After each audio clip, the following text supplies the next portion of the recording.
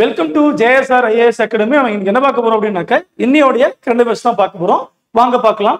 First one பாருங்க, உலக தாய்மொழி தினம் எப்பொழுது கொண்டாடப்படுகிறது அப்படின்னு கேட்டிருக்காங்க. ஸோ இதுக்கு வந்து பார்த்தீங்கன்னாக்கா ஆன்சர் பிப்ரவரி 21 இன்னைக்கு தாங்க. அண்ட் தென் பிப்ரவரி 20 வந்து பார்த்தீங்கன்னாக்கா உலக சமூக நீதி தினமா கொண்டாடுறோம். நம்ம பிப்ரவரி 24 பார்த்தீங்கன்னாக்கா தமிழகத்துல பெண் குழந்தைகள் பாதுகாப்பு நாளா கொண்டாடுறோம். பிப்ரவரி 28 பார்த்தீங்கன்னாக்கா தேசிய அறிவியல் தினமா நம்ம கொண்டாடுறோம். ரொம்ப முக்கியமானது.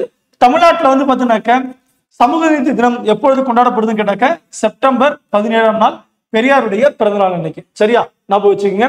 அடுத்து பாருங்க, தமிழ்நாட்டுடைய எந்த மாவட்டத்துல விண்வெளி பூங்கா அமைய உள்ளது அப்படின்னு கேட்டிருக்காங்க. ஸோ இதுக்கு ஆன்சர் பார்த்தீங்கன்னாக்கா உங்களுக்கு தூத்துக்குடி. அது மட்டும் இல்லாம இஸ்ரோ இருக்கு இல்லையா, இஸ்ரோடைய ஏவுதளம் எங்க இருக்கு அப்படின்னாக்கா ஸ்ரீஹரிகோட்டா நெல்லூர்ல இருக்கு, அதாவது ஆந்திர பிரதேசத்துல இருக்கு. ஸோ இதோடைய இரண்டாவது ஏவுதளம் எங்க வரப்போகுது அப்படின்னாக்க குலசேகரப்பட்டினத்தில் வர உள்ளது. சரிங்களா, குலசேகரப்பட்டினம். ஓகே, இதோட ஷார்ட் ஃபார்ம் என்ன சொல்லுவாங்க அப்படின்னாக்க குலசை அப்படின்னு சொல்லுவாங்க. சரிங்களா, ஸோ இஸ்ரோட இரண்டாவது ஏவுதளம் எங்க வரப்போகுதுனாக்க குலசேகரப்பட்டினம் வரப்போகுது. சரி, அடுத்து பார்க்கலாம். கிராமங்களின் மறுமலர்ச்சியை ஏற்படுத்துவதற்காக 15,280 வருவாய் கிராமங்கள்ல ஒரு கிராமம் ஒரு பயிர் திட்டம் அதனாக்க கொண்டு வந்திருக்காங்க. இந்த பட்ஜெட்ல சொல்லியிருக்காங்க. அந்த பார்த்தீங்கன்னா நமது கிராமம் திட்டம் பார்த்தீங்கன்னாக்க 2004ஆம் ஆண்டு கொண்டு வரப்பட்டுச்சு. கிராமங்கள் இருக்கக்கூடிய பள்ளிகளா இருக்கட்டும், இல்ல அந்த கிராமங்களை இறப்பு விகிதம் வந்து ரொம்ப ஜாஸ்தி இருந்துச்சு, அதை கம்மி பண்றது வரைக்கும் அந்த ஸ்கீம் தான் கேட்டாக்க நமது கிராம திட்டம்.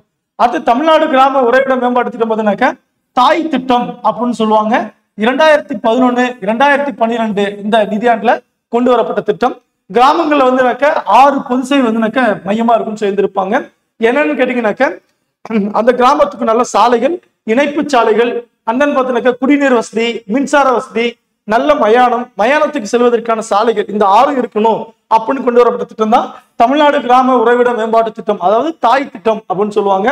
இந்த இடத்துல அறிஞர் வேலை பார்த்தீங்கன்னாக்க கலைஞர் டாக்டர் கலைஞர் ஒருங்கிணைந்த கிராம வளர்ச்சி திட்டம் கொண்டு வந்திருப்பாங்க. இதெல்லாம் 2022 கொண்டு வந்திருப்பாங்க. ஓகே, அடுத்து போலாம்.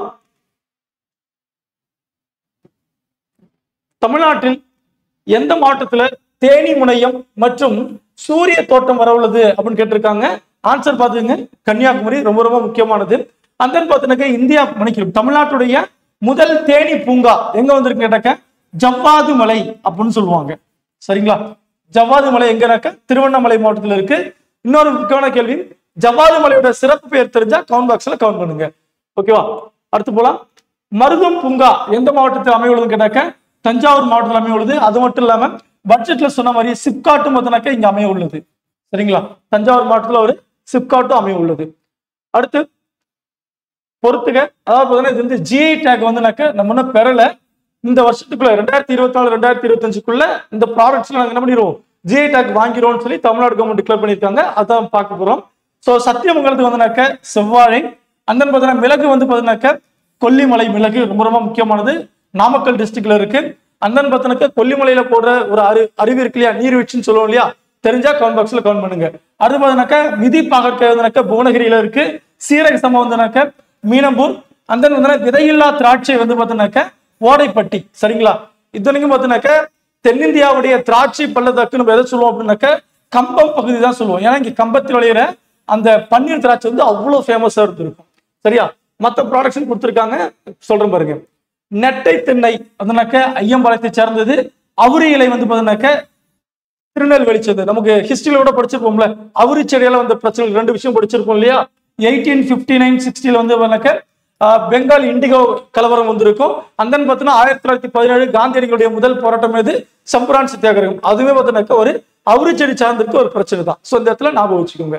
அடுத்து பார்த்தீங்கன்னாக்க உரி கம்புலி வந்துனாக்க கிருஷ்ணகிரி சார்ந்தது. செஞ்சோளம் வந்துனாக்க சேலம் மற்றும் கரூர். அண்ட் ஃபைனலா பாருங்க செங்காந்தல் மலம், இதை வந்துனாக்க கார்த்திகை பூ கூட சொல்லுவோம், தமிழக அரசுடைய மாநில பூவா கூட இருக்கு. இது பார்த்தீங்கன்னாக்க கரூர், திண்டுக்கல் மற்றும் திருப்பூர் பகுதியை சார்ந்ததா இருந்திருக்கு. அடுத்து போலாம். முல்லை பூங்கா தமிழகத்துடைய வேலிமலை என்கின்ற பகுதியில் அமைஞ்சிருக்கு. இது எந்த மாவட்டத்தில் கேட்டிருக்காங்க. ஸோ ஆன்சர் பார்த்தீங்கன்னாக்க கன்னியாகுமரி. சரிங்களா, ஸோ இந்த தகவல்லாம் உங்களுக்கு பயனுள்ளதா இருந்து தெரிஞ்சுக்கிறோம். ஸோ தேங்க்யூப்பா.